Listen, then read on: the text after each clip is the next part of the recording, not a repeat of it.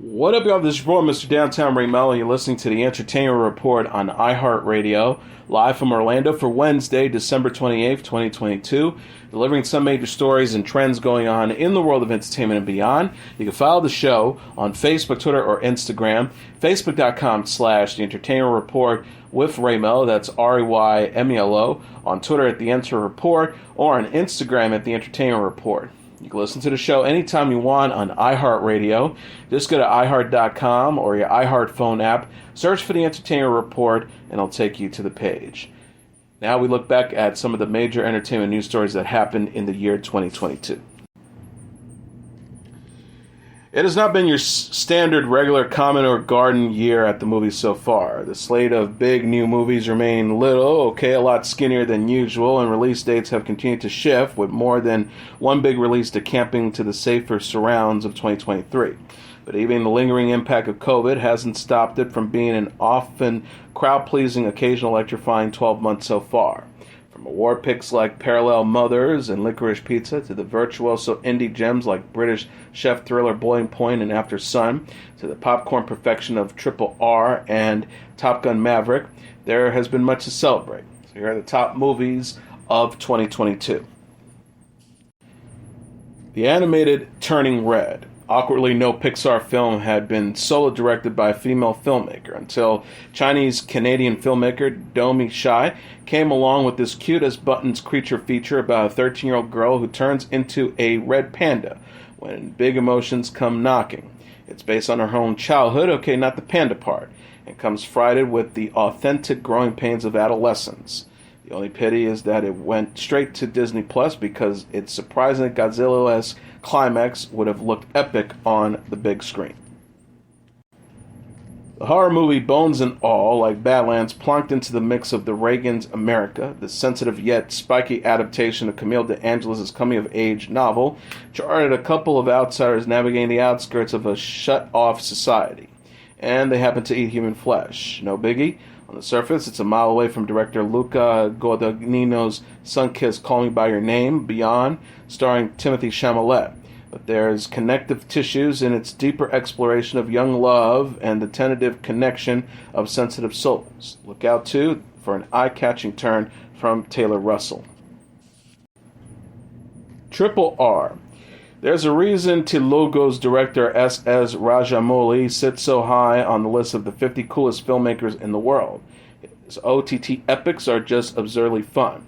And this year's Triple R, the third highest grossing Indian film ever, could be the most fun of them all. The R stands for Rise, Roar, and Revolt. Themes that play out in a Raj-era storyline about British colonialism and a abducted child that occasionally pokes through all the insane fight scenes, razzled-up dance routines, exploding trains, and tigers. It's the perfect gateway drug to the highs of the Telugu's action cinema. The drama Boiling Point. Proving that he can do just about anything, Stephen Graham fuels this terrific one-take drama with skittish, sweaty energy as a chef on the edge in a buzzy London restaurant, all while sucking oysters like a pro. As an advertisement for getting into the hospitality industry, it's pure nightmare fuel. As a viewing experience, it's a thrilling watch that left everyone who caught it feeling rinsed out like a kitchen sink at the end of the dinner service. Then there was Jackass Forever, when a film gets described as a touching treatise of nostalgia, friendship, and growing older. It doesn't usually also feature a half-naked man hand-gliding into a cactus, but that is the unique joy of this unexpected glorious sixth outing from Johnny Knoxville, Steve-O, Chris Pontius, and the gang, a movie that combines the hilariously puerile with the gently profound while introducing a new generation of willing young pain junkies to the joys of the porta potty and the human ramp. It still hurts just to watch it. Then there's the movie Prey. Film action adventure fitting for a movie with the cloaking device at its heart. We do not see this period piece set Predator flick coming. Sure, the trailer looks significantly promising to banish awkward memories of the last few outings from this creaking franchise. But just how much fresh life talented director Dan Trachtenberg has managed to inject into it amid all the gory, inventive offings still came as a very happy surprise. Yes, it belongs on the big screen rather than a straight-to-Hulu release, but at least it's easy rewatchable. And with part Sioux actress Amber Mid-Thunder providing its ridiculously engaging action hero, and that mandible space bastard actually scary again, it'll be on our favorite list for years to come. With the movie Elvis, the trailers made it look little, well hammy, but Baz Luhrmann's Ode to the King turned out to be a hip-shaking and hypnotic experience. Is it occasionally over the top? Yes. Are the maximalist visuals a lot to absorb over 2.5 hours? Sure. Does Tom Hanks' waxy, fat-suited version of Colonel Tom Parker seem to be in danger of melting from contact with the nearest bright light? That's too. But for all its flaws, Elvis is an irresistible night at the pictures. A more collage of music, history, and Presley pilgrimage that lit up by the spectacular Austin Butler.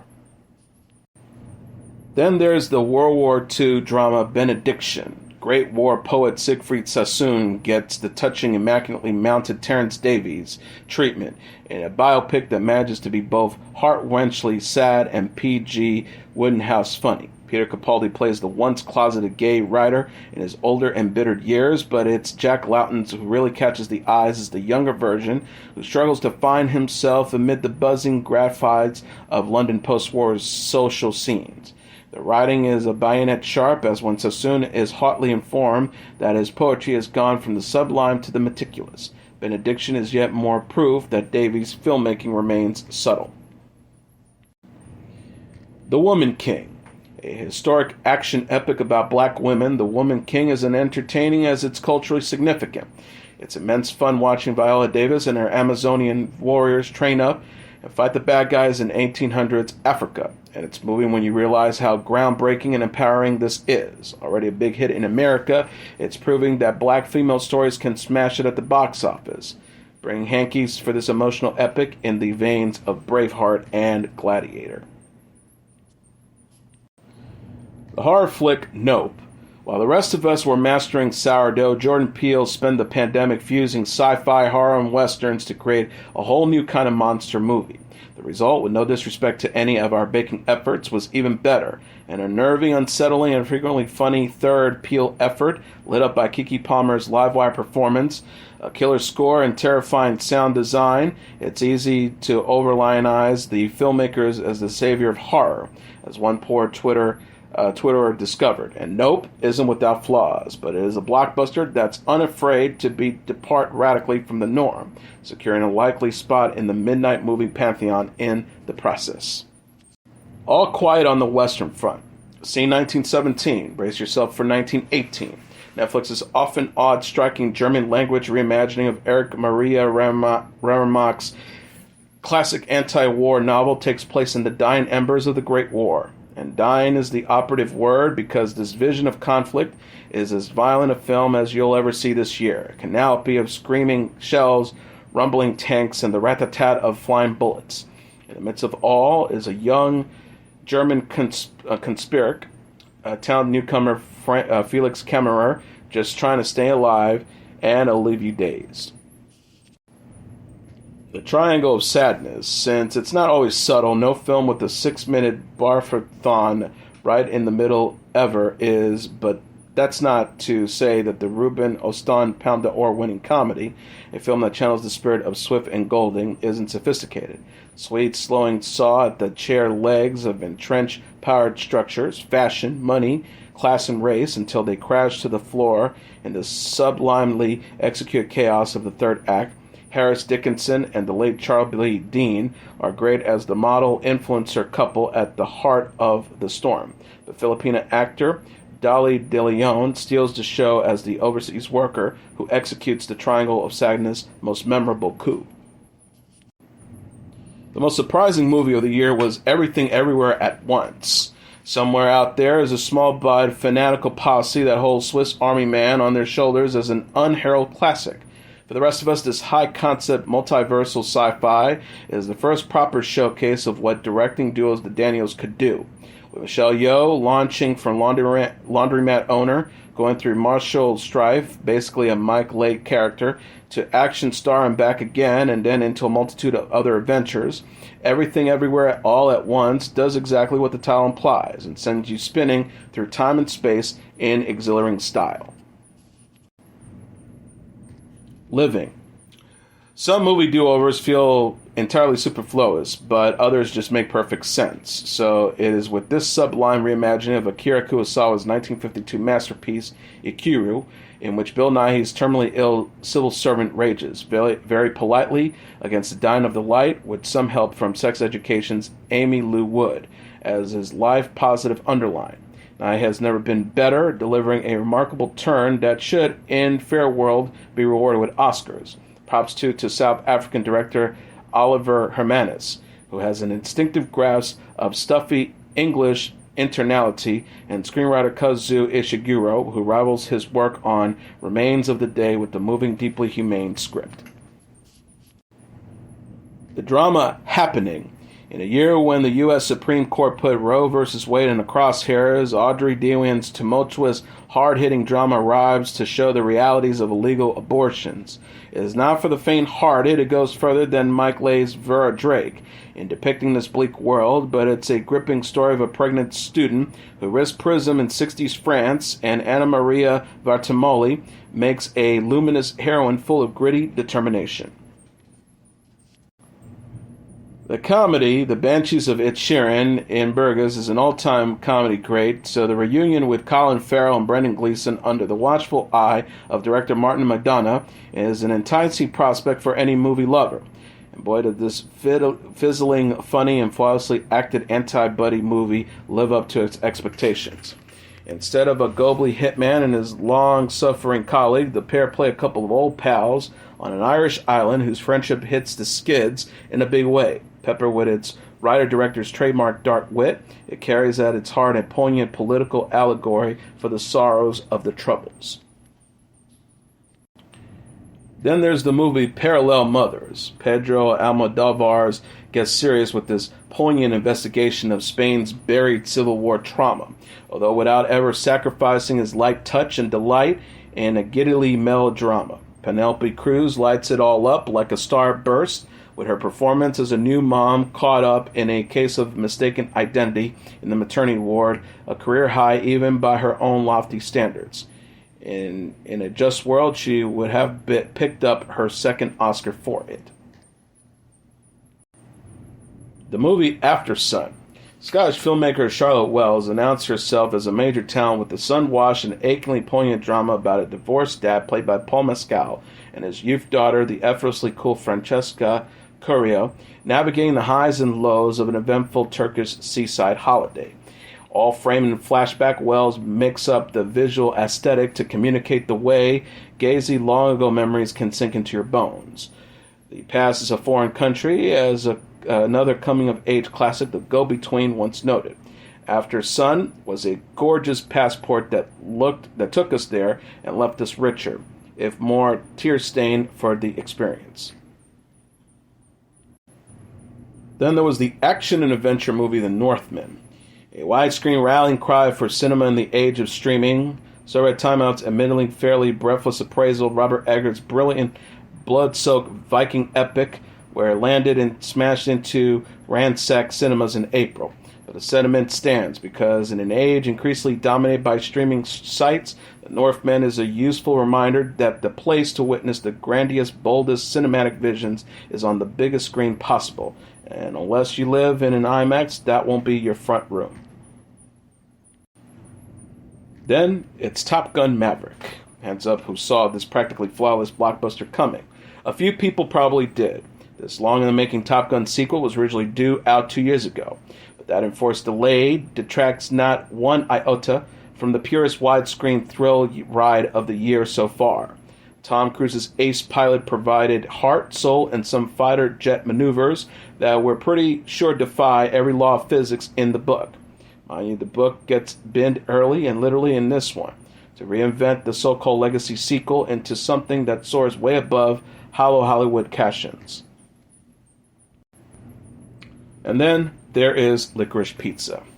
Paul Thomas Anderson delivered his sunniest film with this 70s nostalgia trip to San Fernando Valley about a cocksure teenager trying to win the heart of a drifting 20-something.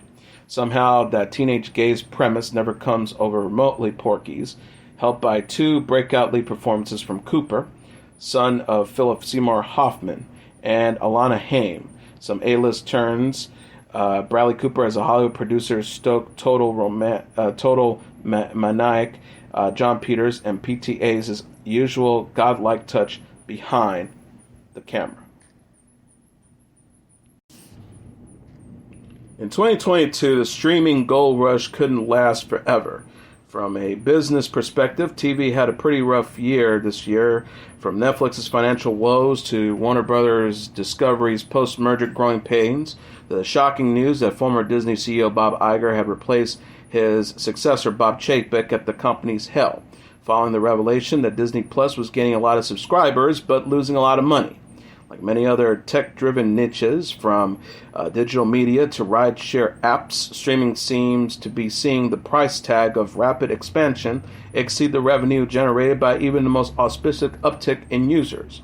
The dilemma of how to cut costs without hemorrhaging subscribers remains unsolved and may indeed be unsolvable. However, 2022 was the year that streaming and television supersized itself.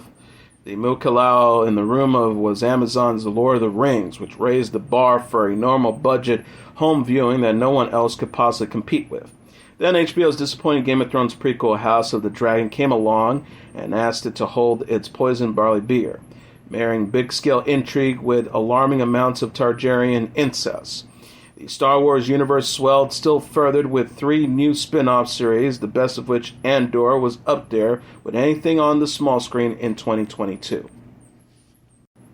There was Euphoria, Season 2 from HBO Sky Atlantic. Buzzy in just every sense, Season 2 of Euphoria delivered another radically contemporary season about a middle-class teenager, portrayed by Zendaya, struggling with addiction. Showrunner Sam Levinson had a knack for touching your heart while walloping your synapses at the same time.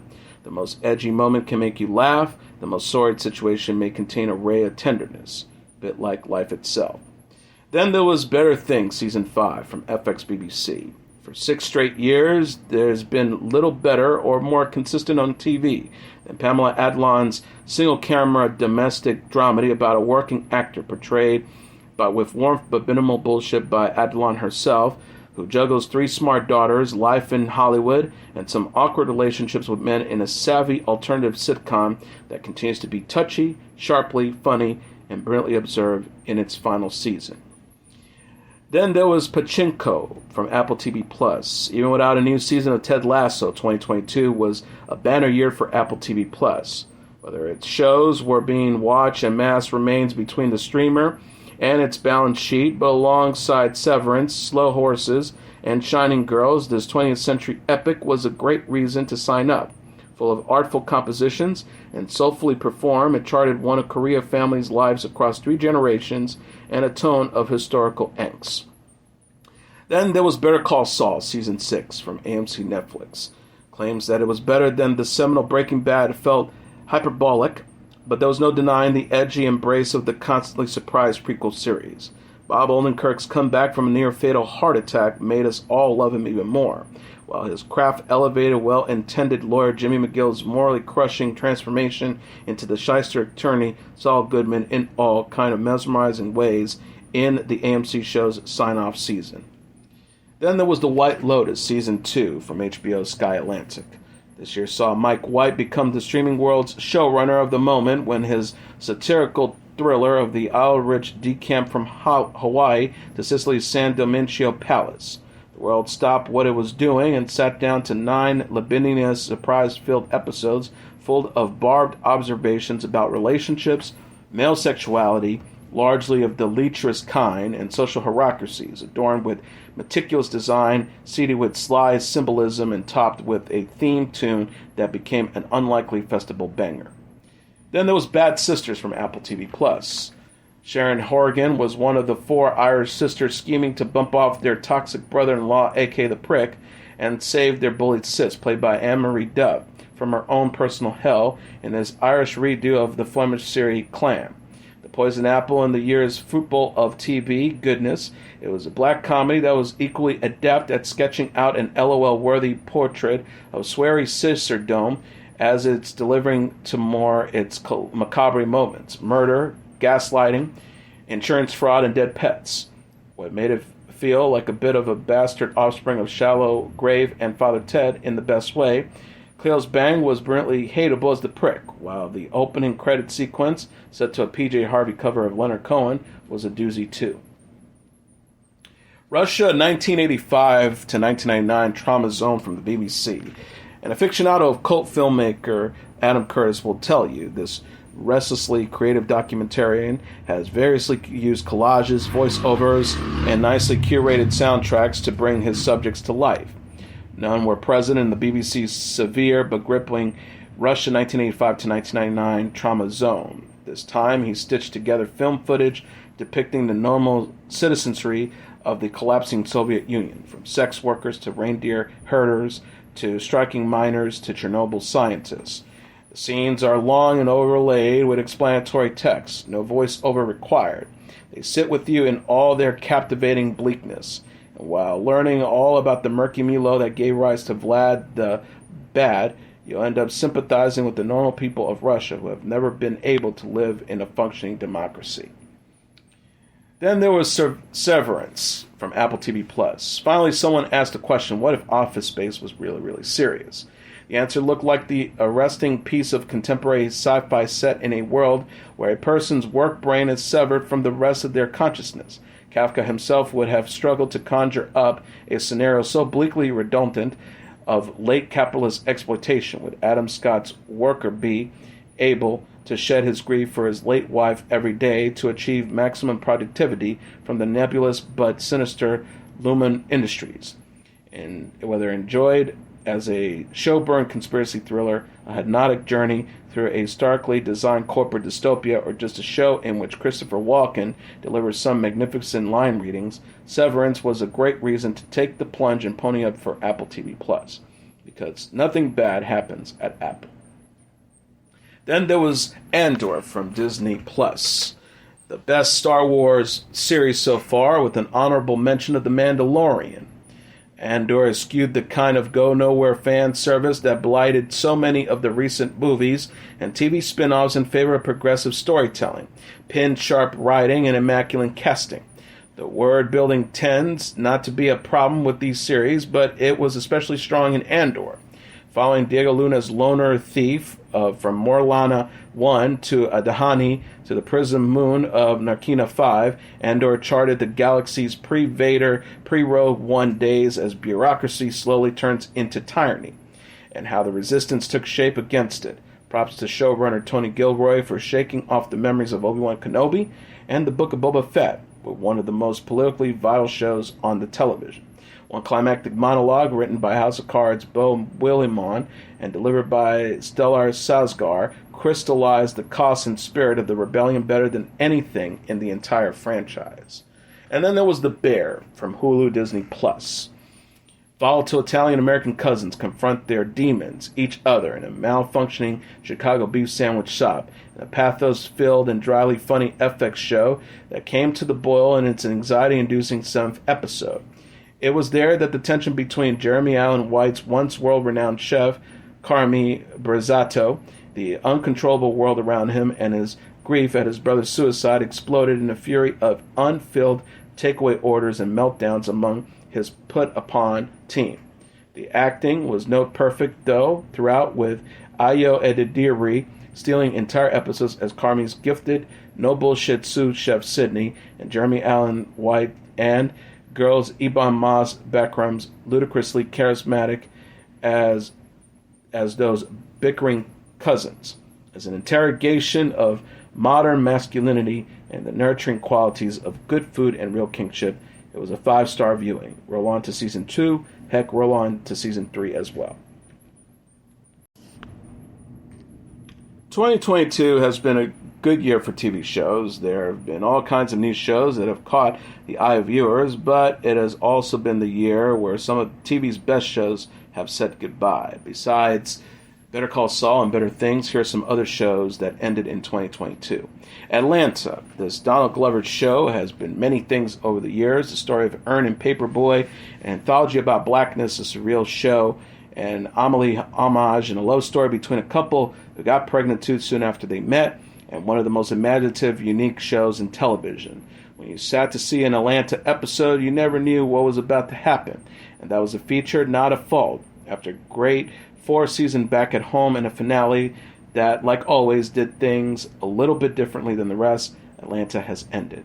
In 5 or 10 years, people are still going to be talking about the show, and the whole team is going to be working in Hollywood for a while. Brian Tyree Henry, Zazie Beetz, and Lakeith Stanfield are more than in demand than ever before, and so are director Hiro Muri and multi-hyphenated genius Donald Glover, be as a writer, actor, director, showrunner, and even all of the above at the same time. We can't wait to see what they will do next. DC Legends of Tomorrow, one of the better stories about transformation and evolution, as it went from a show with the boring first season into a fun time-traveling circus of a series, and we were all better for it.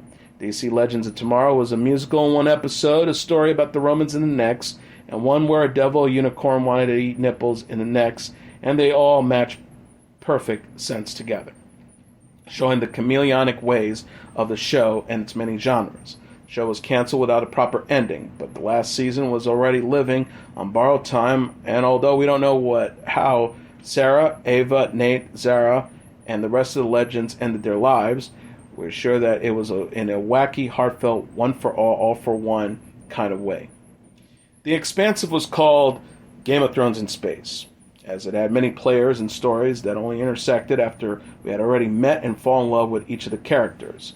There were stories of the Reconnaissance spaceship on Mars, in the Belter station, and on some unknown planet still waiting to be explored. The show also changed genres from season to season, as it started as a noir in space and ended as a political war drama.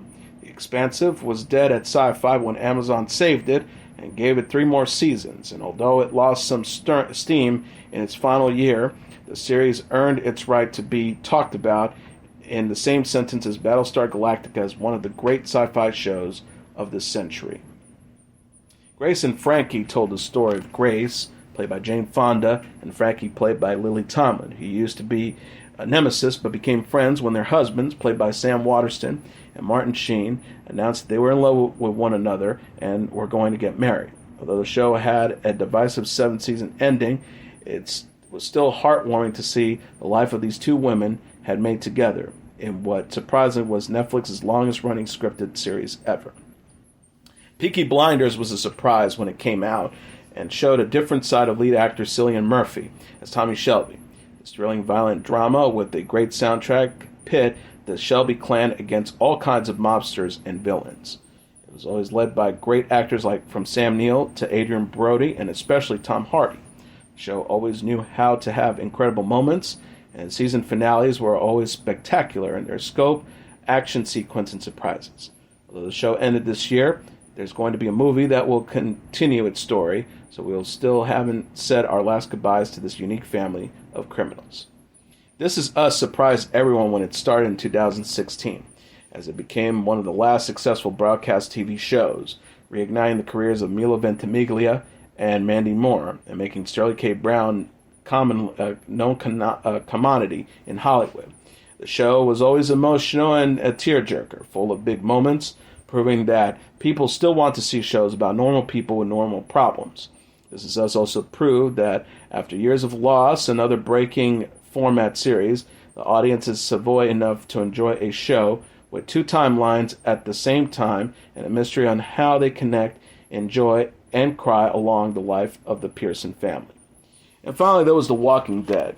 The Walking Dead might stay too long to be remembered as one of the great shows of the century, but its first 4 seasons were thrilling, scary, and surprising, and brought zombies back to the mainstream after many decades of these creatures only appearing in B and C movies. Even in the Mother show ended this year, there are still many spin-offs to come, so we'll still be watching some of the most beloved characters in the future. Darrow, played by Norman Reedus, has his show. Rick, played by Andrew Lincoln, and Michonne, played by Dina Guerrero, have their show. And Maggie, played by Lauren Conrad, and Negan, played by Jeffrey Dean Morgan, have their show. So if you're a fan of zombies or walkers, you'll still have miniseries to watch. When it comes to breaking celebrity news stories, some years are more eventful than others, but 2022 was truly one for the books. It felt like something in the world of entertainment and pop culture was happening every single day. That's because it was. From totally unexpected celebrity deaths to film festival dramas to beloved celebrity couples getting married, there was truly never a dull moment. And while it's difficult to pinpoint exactly which moment was the biggest over the past year, it is much easier to narrow it down to 20 most defining moments in celebrity news in the past 365 days. Immediately we think of Queen Elizabeth II's death, the cheating scandal involving Adam Levine that inspired so many memes, and Jennifer Lopez and Ben Affleck finally walking down the aisle, but even then we're only scratching the surface. Unfortunately, 2022 started off with some sad news for fans of actor and comedian Bob Saget. He was found dead in his Orlando, Florida hotel room at just 65 years old, prompting an outpouring of mourning from fans, former Full House co-stars, and fellow comedians. Later, an autopsy determined his death was due to head trauma. In March, the Academy Awards was held to honor the best of filmmaking for the past year, but all of those receiving accolades were overshadowed when Will Smith stormed on stage and slapped Chris Rock after he made a joke aimed at Will's wife Jada Pinkett Smith. Later, Will would return to the stage to receive his first Oscar for Best Actor in King Richard, but the moment was sullied by what transpired earlier in the broadcast. Kim Kardashian sparked serious controversy when she wore a dress that once belonged to Marilyn Monroe in the 2022 Met Gala in early May. She spoke openly about the extreme dieting that was required of her just to be able to fit into the glittery gown, and it sparked a debate about whether iconic outfits like this one should be displayed or treated as artifacts rather than to be worn. On May 13th, Rihanna became a mom for the first time when she and her partner, A$AP Rocky, welcomed the baby boy into the world. Since then, the singer-turned-makeup mogul hasn't shared any photos or details about her little one, but it seems like motherhood looks great on her. After Josh Duggar was convicted of crimes involving child sexual assault material during a trial that ended in December 2021, he finally found out what his future behind bars would look like. In May, he was sentenced to 12.5 years in a federal prison, and he has since begun serving his time at the FCI Seagoville in Texas. After nearly 2 years of sharing PDA both on Instagram and on the Kardashians, Travis Barker and Kourtney Kardashian tied the knot in a lavish ceremony in Portofino, Italy, in May. Of course, this was after their practice Las Vegas wedding and their courthouse wedding back at home. Over the summer, Stranger Things finally returned to Netflix for Season 4 after a 3-year hiatus thanks to the pandemic, of course. The series immediately broke streaming records when fans tuned in for the new episodes, which were released in 2 parts. After spending 6 weeks in a Virginia courthouse, Johnny Depp and Amber Heard finally received the verdict in their high-profile defamation trial. Ultimately, both the former spouses were found liable, with the judge ruling in favor of Johnny on 3 counts and awarding him with just over $10 million and Amber with just $2 million. After Beanie Feinstein left her starring role in Broadway's Funny Girl behind, it was announced that former Glee star Lea Michele would take her place. While many fans conceded that Lea was practically born to play this role, the controversy around what those who worked with her in the past had to say about her personality, along with rumors that Beanie didn't want to leave the job, meant that there was this discussion ending up stirring up a good bit of a chatter. It's kind of hard to believe that after everything that happened, Jennifer Lopez and Ben Affleck ended back together again. They'll be going into 2023 as a married couple. After tying a knot in Las Vegas with their children present, the couple went on to get married in a much larger ceremony at Ben's home in rural Georgia in August. Whenever Beyonce releases a new album, it's bound to be a big deal. And that's certainly what happened when she dropped her latest, Renaissance, in July. The album ended up being one of the biggest of the year, with her song Cuff It, going viral on TikTok almost immediately. The Don't Worry, Darling drama. Drama was brewing between director Olivia Wilde and Don't Worry, Darling star Florence Pugh for a while, but it all came to a head at the Venice Film Festival in early September.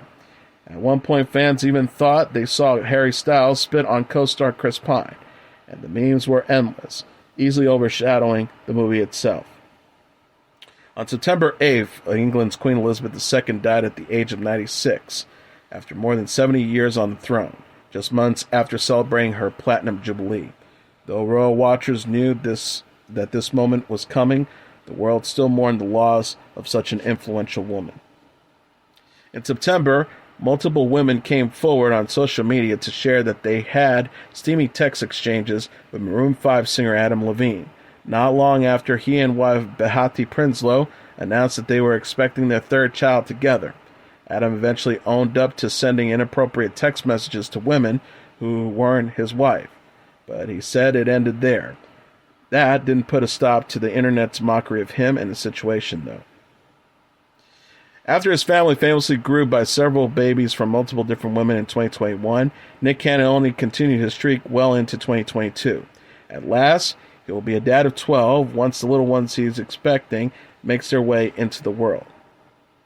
After months of rumors that power couple Gisele Bündchen and Tom Brady were going their separate ways after Tom decided against retiring from the NFL after all, it finally happened in October. The couple announced their divorce after 13 years of marriage and 2 children together. On November 5th, news broke that Aaron Carter had been found dead in a bathroom at his California home at just 34 years old. His death came as a shock to fans of the singer, though the reports that came out in the days afterwards painted a pretty bleak picture of what the end of his life likely looked like. On the heels of the anti-Semitic rant that led to Kanye West losing many of his brand partnerships and eventually his Twitter account, he and ex-wife Kim Kardashian finalized their divorce at the end of November. The settlement awarded Kim custody of their children 80% of the time, with Ye being hit with a monthly child support bill of $200,000. Taylor Swift fans break Ticketmaster. Taylor Swift's Eras Tour was in such high demand that the general sales for tickets had to be canceled after Ticketmaster sold out the venue during the pre-sale, meaning that many fans were left out in the cold. This led to Ticketmaster being taken to task by everyone from members of Congress to fans interested in joining a class action lawsuit, and it looked like we hadn't seen the end of how this will all play out. In early December, Meghan Markle and Prince Harry's highly anticipated docuseries finally debuted on Netflix. Though there have been mixed reviews from viewers, depending on what side of the royal feud they happen to be on, of course, more than 2.4 million people tuned in to see what these two would have to say. Well, every year of the streaming era, maybe every year of the post-Napster era, has brought with it concerns about the health of the full album format. 2022 ended up making a pretty convincing argument that the LP could still be just as vital in the culture as it was during Tower Records' heyday. Huge stars came through with enormous albums this past year, dominating discussions, drawing rave reviews, challenging careers, and at least 1 or 2 cases putting up numbers that previously seemed close to impossible at this point in pop history. And thanks to the renowned interest in CD packaging and the continuing growth of the vinyl market, fans were spending money on actual physical copies of many of these albums, a practice that seemed to be going nearly extinct not long ago. Here are the top 10 albums of 2022 according to Billboard magazine.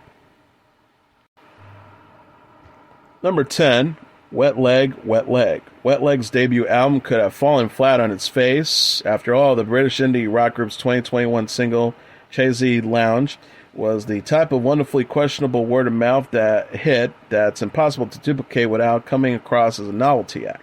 Fortunately, Wet Leg was prepared to follow up its meme-able breakthrough with a confident assortment of deadpan pop songs, combining post-punk riffs, doo-wop harmonies, and lyrical screw you to both exes and internalized doubts. Wet Leg moved briskly and burst with hooks, a full length that the band members clearly prepared their whole lives to make. It will be a tough project to follow, but we doubt Wet Leg before, and we probably shouldn't again.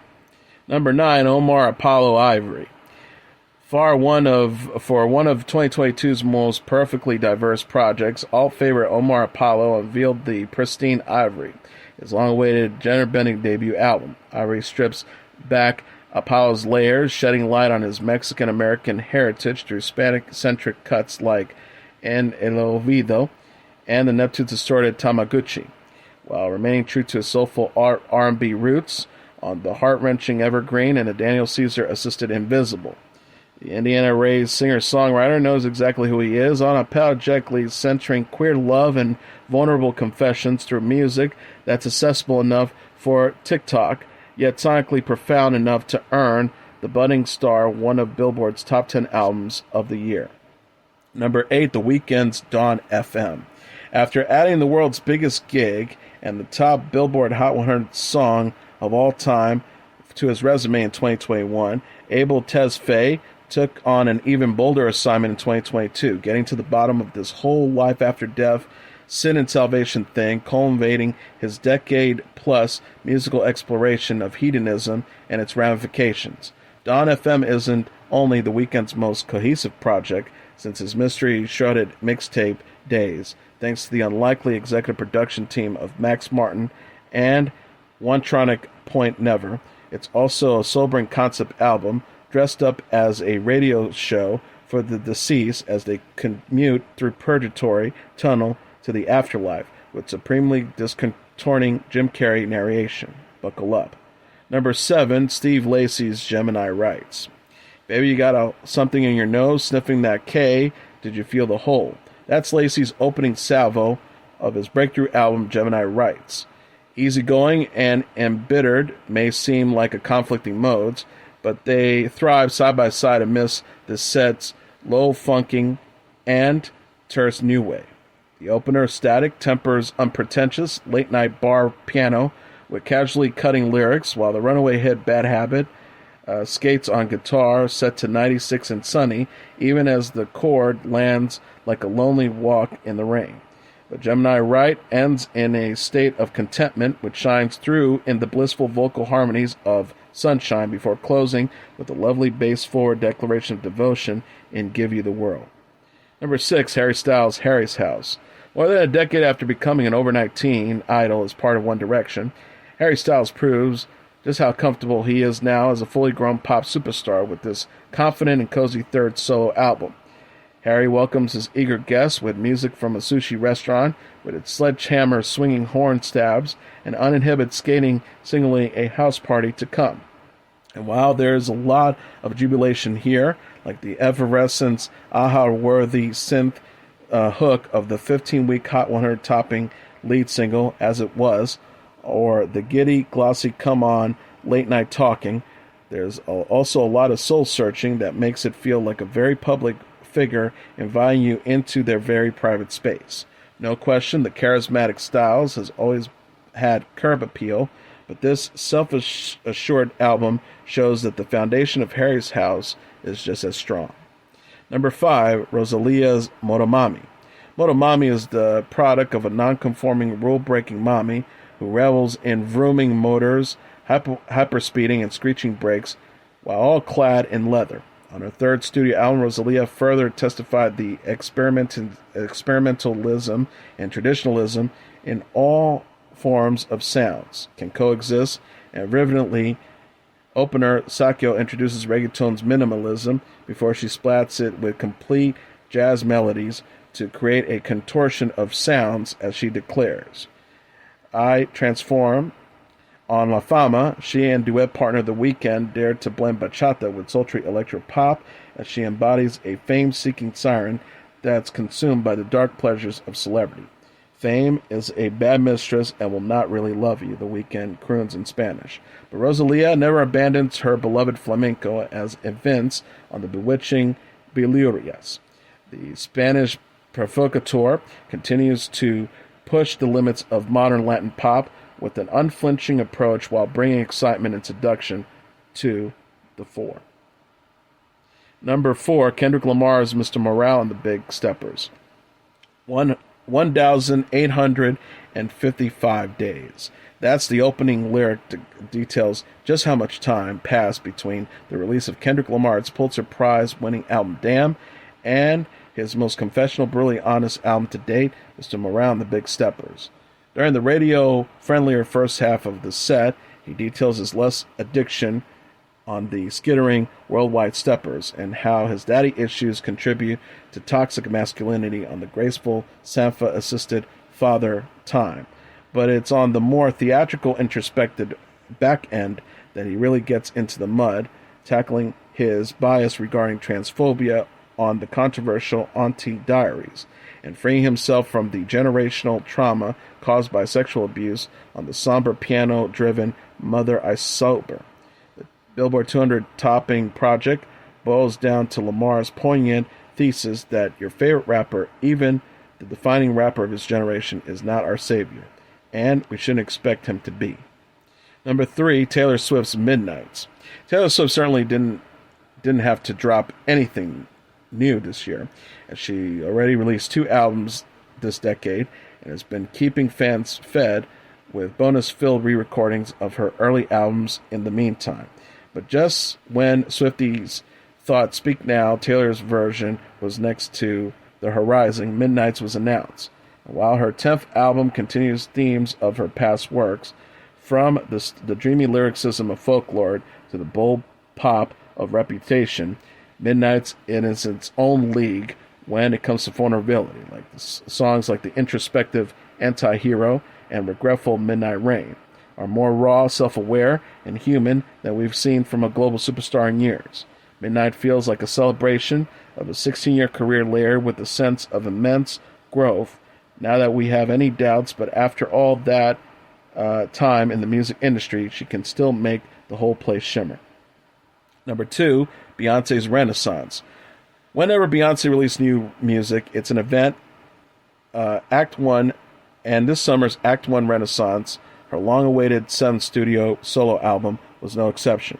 This time around, Beyonce set her sights on dance music, paying homage to its various iterations, from the house-burning anthem Break My Soul to the infusion of disco, techno, and go-go. Elsewhere on the 16-track Dance-a-thon, you can find the carefree Cuff It, whose retro disco funk vibe channels Chic's Good Times, and Pure Honey, her nod to the ballroom and late 80s or 90s Vogue culture.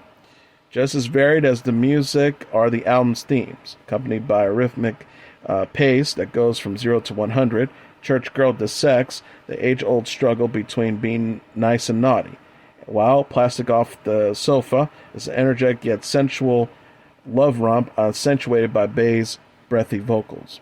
As the album's fitting title conveys, Beyonce proves once again that she can always be counted on to pinpoint the cultural zeitgeist, reinvent it, and take it to the next level. Undoubtedly, fans are eagerly waiting for her to do it all over again when Act 2 arrives. And the number 1 album of 2022, according to Billboard magazine, is Bad Bunny's Un Verano Sin Ti. We'll always remember 2022 as the year when Benito made history, breaking his own records and uniting the whole world in celebrating his eternal verano. Regardless of the language, culture, and generation, we all somehow connected over Bad Bunny's Un Verano Sin Ti this summer, letting ourselves be carried away by his most visionary musical project. The set brilliantly demonstrated the global superstar's capability and versatility through its ambitious 23-song track list, 22 of which hit the Hot 100 the week of its release. It debuted atop the 200 Billboard charts, staying there for 13 non-consecutive weeks, and later becoming the first Latin album to ever top the year-end lists. Verano, divided into Lado A and Lado B, was designed to bring you on an emotional roller coaster across its 2 halves, climbing to an earlier high with the furious mambo Después de la Playa. From there, it hurdles listeners into the intense puro Mi Porto Bonito, feel-good reggaeton, Me Fui de Vacaciones, and the debut Titi Me Pregunto, cuts before declaring with bossa nova Yo No Soy Celoso, and smooth melodic soul Oyotos Lindos. Each song on the album has its own purpose, and each lyric and melody its own story, and the whole thing adds up to an album vivid and exciting enough to make the album of the year's biggest in America without a single stateside pop radio hit or an English-language song. It's Bad Bunny's world, and we're all just hopping around it, pretending that summer isn't over.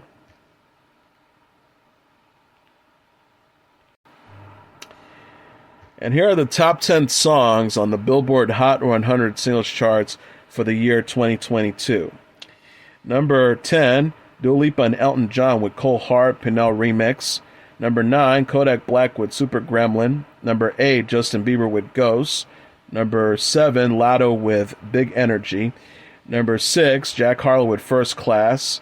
Number 5, Ed Sheeran with Shivers. Number 4, Adele with Easy on Me. Number 3, The Kid Laroi and Justin Bieber with Stay.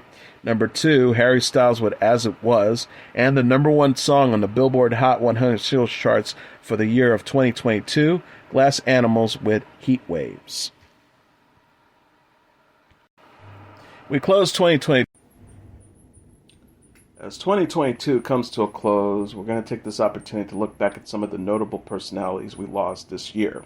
Icons from the world of movies, television, comedy, music, fashion, sports, and world politics.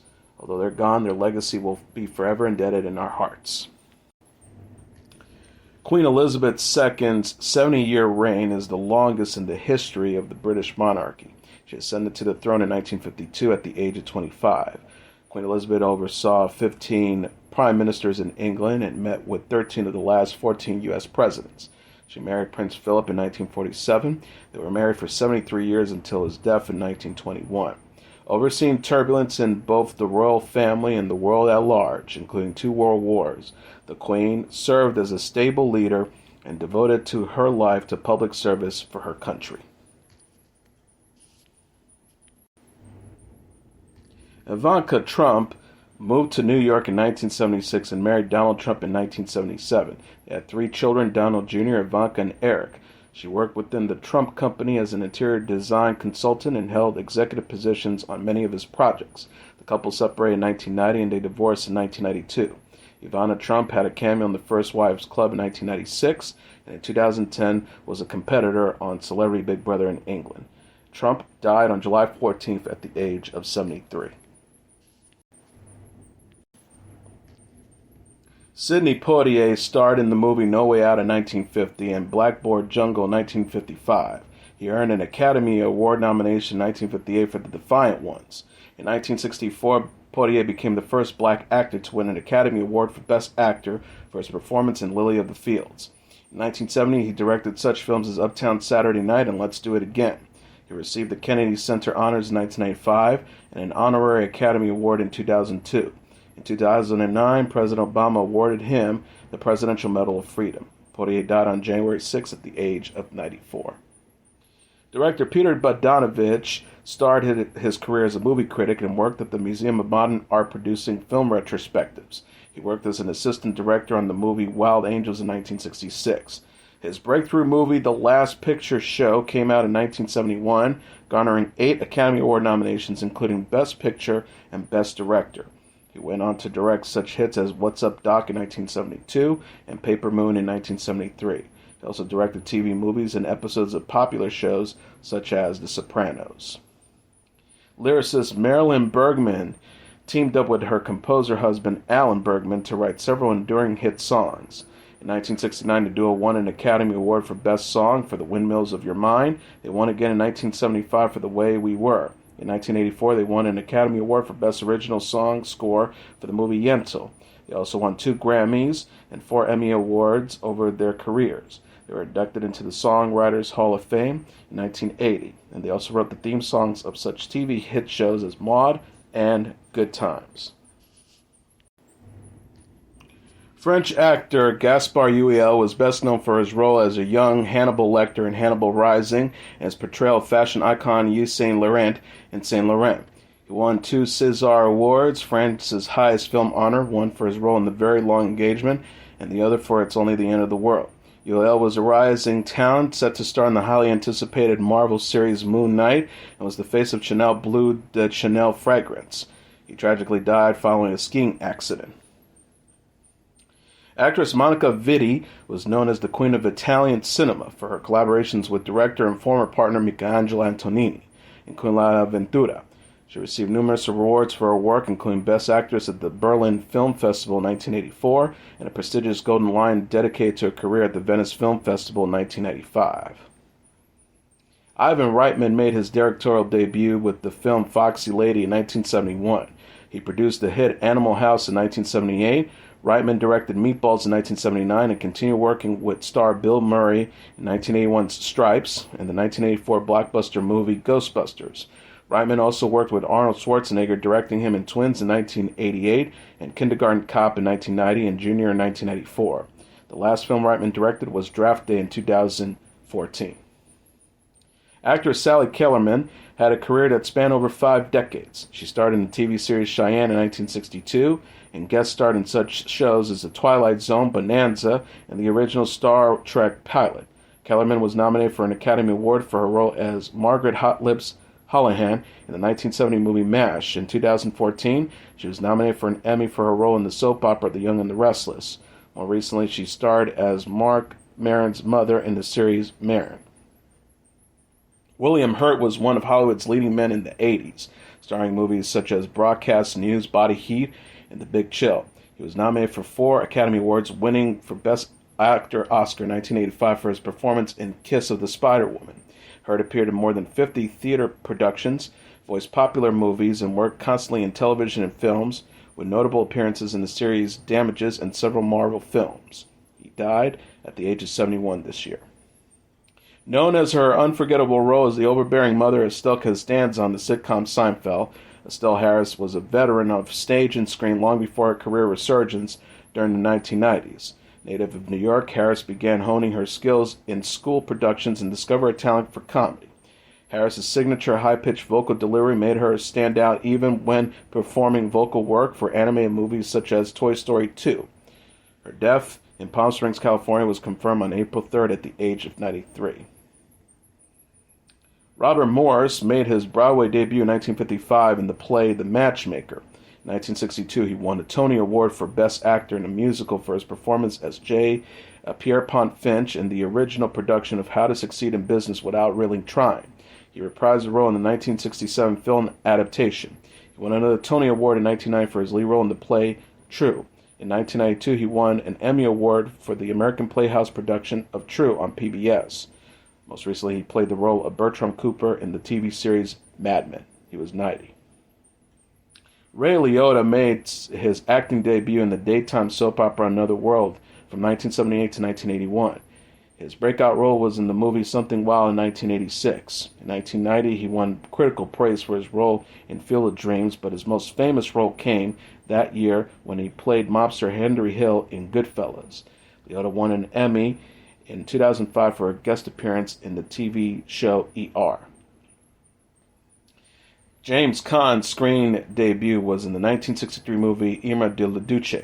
He delivered a heartbreaking performance in the 1971 TV movie Brian's Song, for which he was nominated for an Emmy. In 1972, he played the role of Santino Sonny Corleone in The Godfather, which earned him a Best Supporting Actor nomination. He reprised the role in The Godfather Part 2 in 1974. He starred in several other movies in the 70s and 80s, such as Rollerball and Thief. He is well known for his role in the 1990 movie Misery and the 2003 movie Elf. Tony Sirico'S film debut was in 1974 in the movie Crazy Joe. He appeared in several movies directed by Woody Allen, such as Bullets Over Broadway and Cafe Society.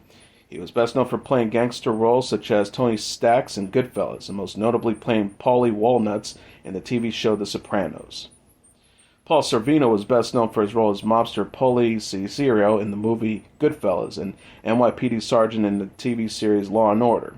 He became a mainstay in TV and film in his roles from Henry Kissinger in Nixon to a communist in Reds. Sorvino was also a respected tenor, performing at Lincoln Center in 2006. He had 3 children with his first wife, including the Oscar-winning actress Mira Sorvino. Pat Carroll began her long career as a comedic actress on television, appearing in Sid Caesar's variety show, for which she won an Emmy, and as Bunny Halper on The Danny Thomas Show.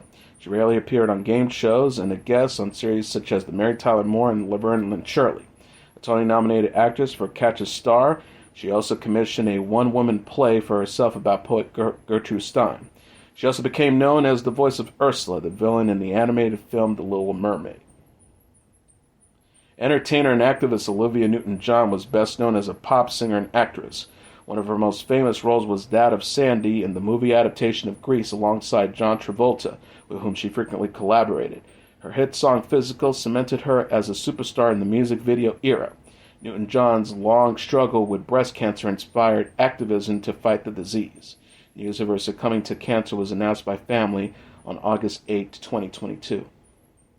Anne Heche appeared in TV, film, and on Broadway, winning a Primetime Emmy for the TV movie Gracie's Choice and a Tony Award for the play 20th Century. Heche also appeared in the movies Donnie Brasco, Wag the Dog, and I Know What You Did Last Summer. Her memoir, Call Me Crazy, recounts her painful childhood and surviving abuse, which she told ABC News' Barbara Walters, that led her to rely on alcohol and drugs. Heche suffered serious injuries after a car crash in Los Angeles and died on August 12th. Jean-Luc Godard was a radical and revolutionary filmmaker who helped shape cinema in the 1960s. Best known for the film Breathless, Godard was the pioneer of the French New Wave cinema, which used jump cuts and other camera trickery, along with jumbled narratives to tell the story, and most often a metaphor for something deeply personal to the director. He inspired generations of filmmakers, including Quentin Tarantino, who named his production company after Godard's film Bande Apart. It wasn't until her unflinching yet subtle portrayal of the villainous Nurse Ratched in One Flew Over the Cuckoo's Nest, a role that was deemed too unlikable by other actresses of note who were offered the part, that Oscar-winning actress Louise Fletcher became a regarded commodity in show business. Amusing, it looks like you all hate me so much that you've given me this award for it, in her 1976 acceptance speech. She also thanked for her hearingly impaired parents in sign language. Dame Angela Lansbury's acting career began in 1942 in the movie Gaslight, for which she earned an Oscar nomination. She appeared in such movies as The Manchurian Candidate and Beauty and the Beast. She won an honorary Oscar in 2013 and 6 Golden Globes. Lansbury starred in the TV show Murder, She Wrote, which ran for 12 seasons from 1982 to 1994. She was nominated for an Emmy Award 18 times. She starred in the Broadway musical Mame. Throughout her stage career, she won 6 Tony Awards.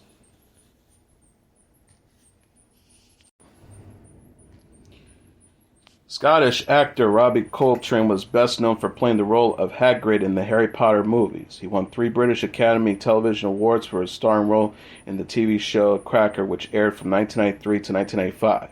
He also appeared in the James Bond movies Golden Eye in 1995 and The World Is Not Enough in 1999.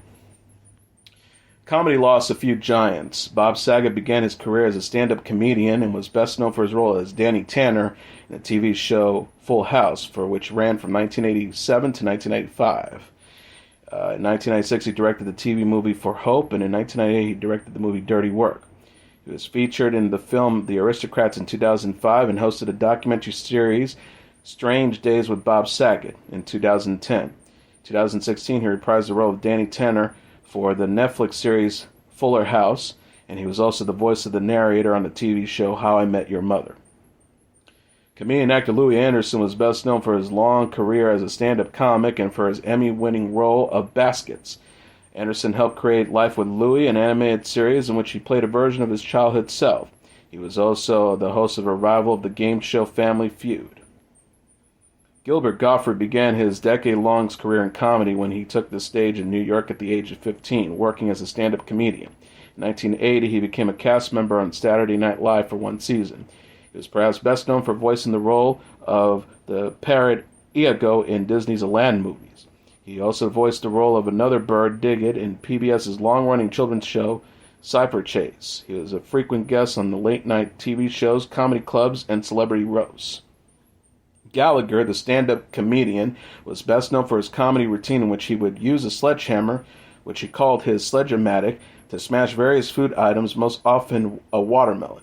He had a series of popular comedy specials in the 80s and continued performing stand-up for decades.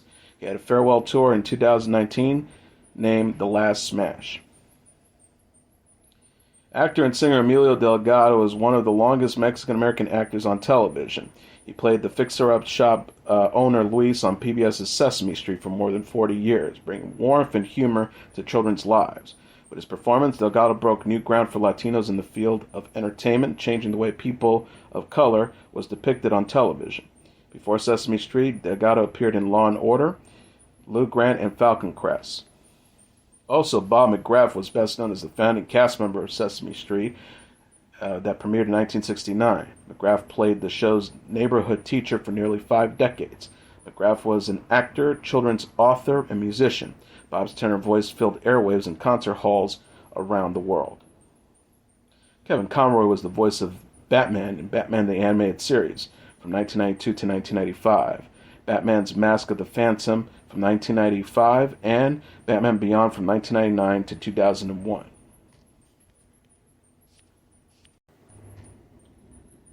Two-time Pulitzer Prize-winning author and historian David McCullough was known for making history come alive. McCullough won a National Board Award in 1978 for his book about the Panama Canal, The Path Between the Seas. He won a Pulitzer Prize for 2 of his presidential biographies, Truman in 1992 and John Adams in 2002. McCullough was awarded the Presidential Medal of Freedom in 2006. During a ceremony in 2013, his hometown of Pittsburgh renamed the 16th Street Bridge in his honor.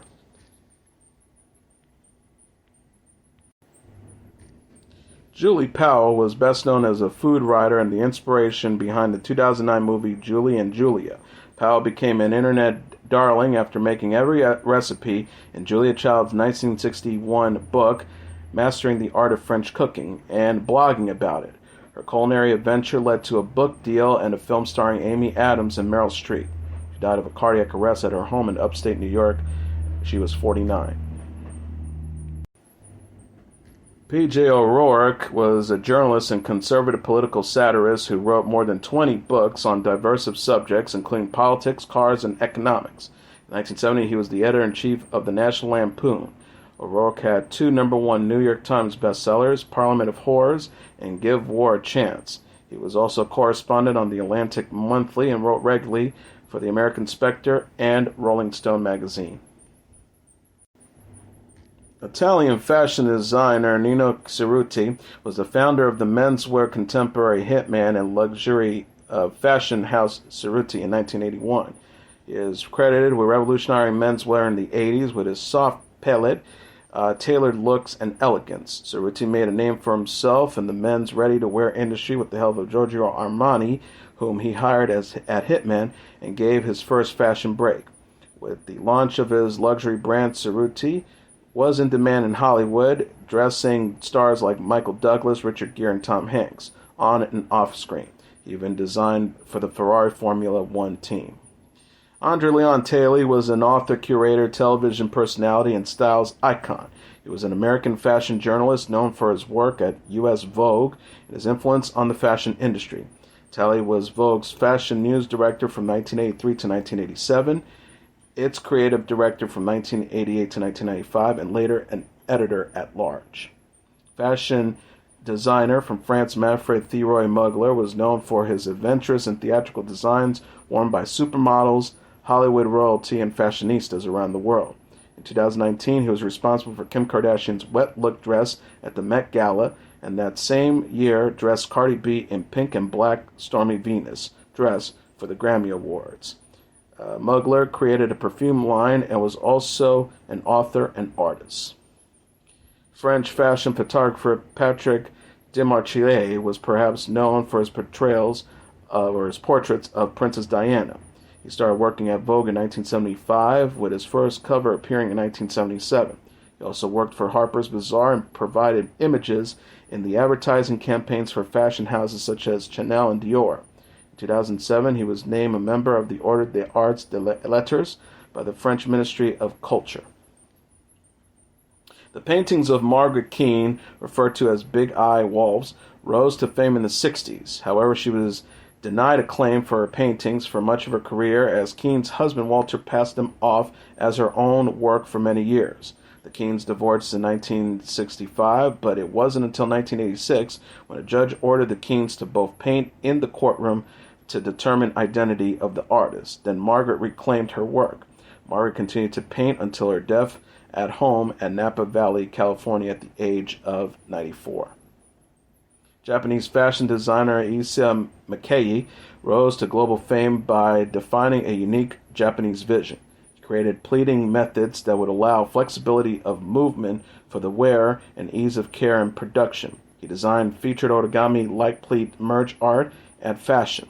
After Steve Jobs' idea of uniforms for Apple employees proved unpopular, Jobs opted for one for himself, including Miyake's bleak turtleneck sweaters paired with Levi's 501 jeans and New Balance 991 sneakers.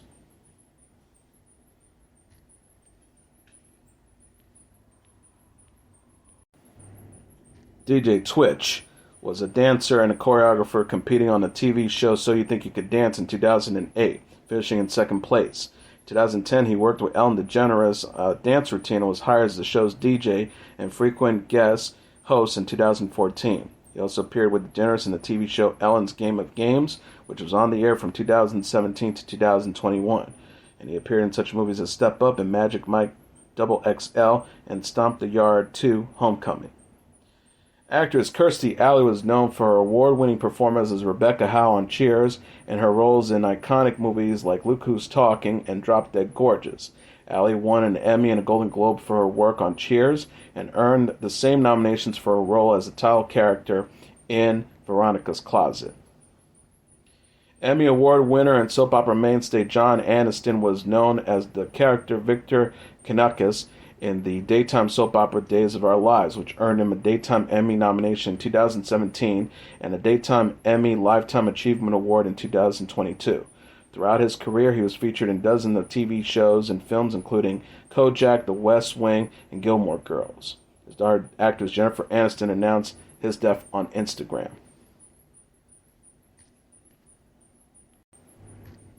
Leslie Jordan began acting in commercials in the 80s. He appeared in many TV shows such as Ally McBeal, Desperate Housewives, and The American Horror Story.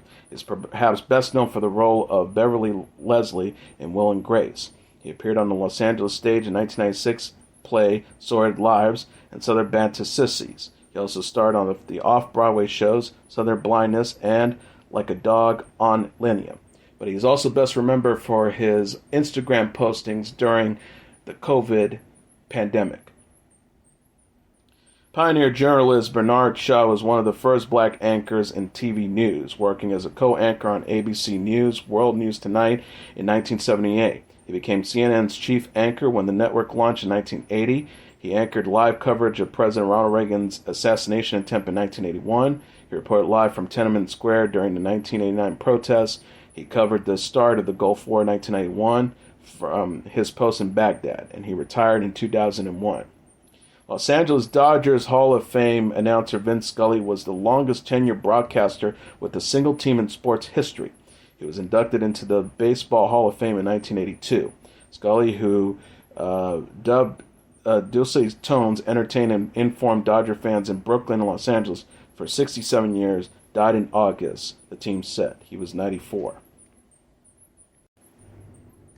Hailed by many as the greatest player in the history of NBA, Bill Russell's 6'9" height helped him attain legendary status on the basketball court, garnering accolades as a 5-time MVP and a 12-time All-Star during his career. Russell played with the Boston Celtics in the 1960s and winning 11 championships.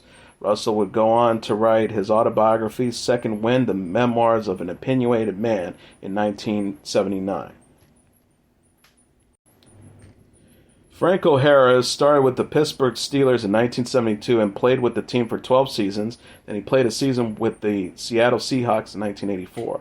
A 4-time Super Bowl champ, Harris was voted Super Bowl MVP in 1975. He was inducted into the Pro Football Hall of Fame in 1990. Harris was best known for the Immaculate Reception, in which he caught the ball in what many consider to be the NFL's most iconic play. Nichelle Nichols broke through barriers during her decade-spanning career as an actress, singer, and dancer. She is best known for her portrayal of Lieutenant Nyota Uhura on the television and movie series Star Trek, in which she shared a landmark interracial kiss with her co-star William Shatner on the small screen. Leave It to Beaver star Tony Dow died in July at the age of 77. The actor who played older brother Wally Cleaver in the iconic TV sitcom was also a film producer and director. Howard Hessman was best known for playing the disc jockey Dr. Johnny Fever on the TV show WKRP in Cincinnati. The role earned him 2 Emmy Award nominations. The show aired from 1978 to 1982. He also starred in the TV show Head of the Class, portraying teacher Charlie Moore for 4 seasons, and was in such movies as About Schmidt and This Is Spinal Tap. Ronnie Spector, born Veronica Bennett, began singing in a group called the Ronnie and the Relatives, along with her older sister Estelle Bennett and then cousin Nedra Talley. They released several singles, but didn't find fame until they teamed up with producer Phil Spector in 1963.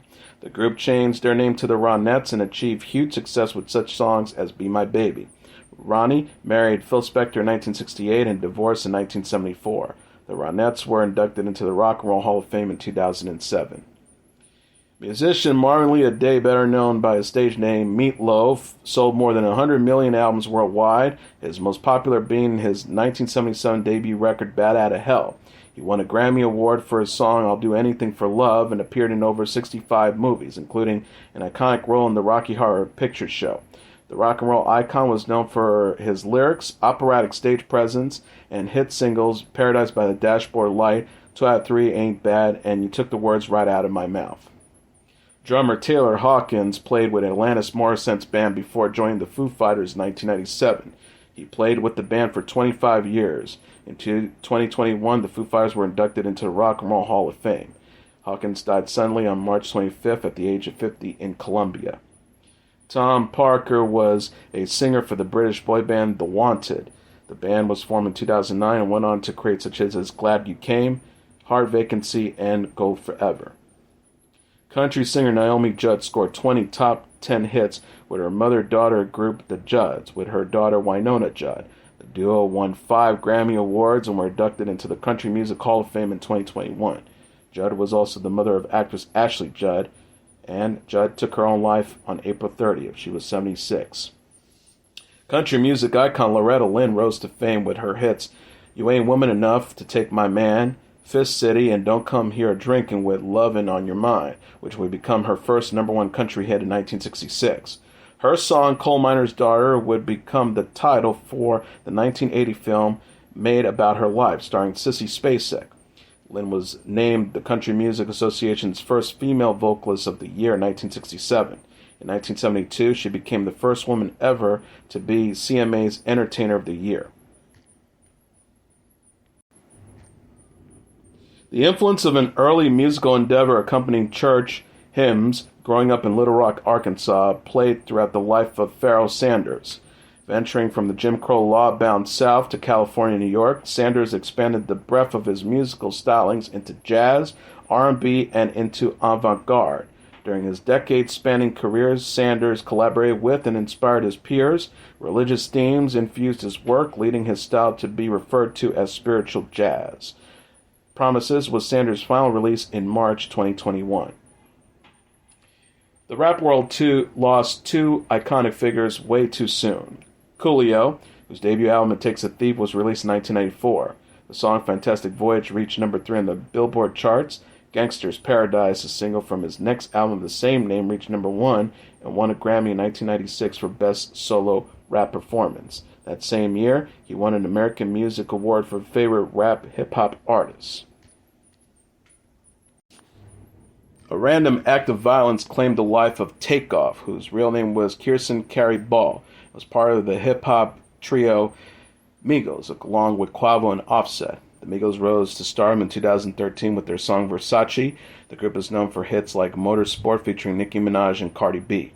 The rapper and Grammy-nominated artist was shot and killed November 1st in downtown Houston. Irene Cara acted in television shows such as Roots, The Next Generations, and The Electric Company. Her breakout role was Coco Hernandez in the 1980s movie Fame, for which he earned a Golden Globe nomination. She also sang the title track of the famed soundtrack, which reached number 1 on the Billboard dance charts. In 1983, Cara co-wrote and sang the title song Flashdance What a Feeling for the hit movie Flashdance. For this song, she won a Grammy Award for Best Female Pop Performance as well as an Academy Award for Best Original Song. Cara was 63. After a brief stint in a band called Chicken Shack from 1968 to 1969, Christine McVie joined Fleetwood Mac in 1970. She was the keyboardist, vocalist, and songwriter. She wrote such hits as You Make Loving Fun and Don't Stop. The Fleetwood Mac album Rumors, released in 1977, is some of the best-selling albums of all time.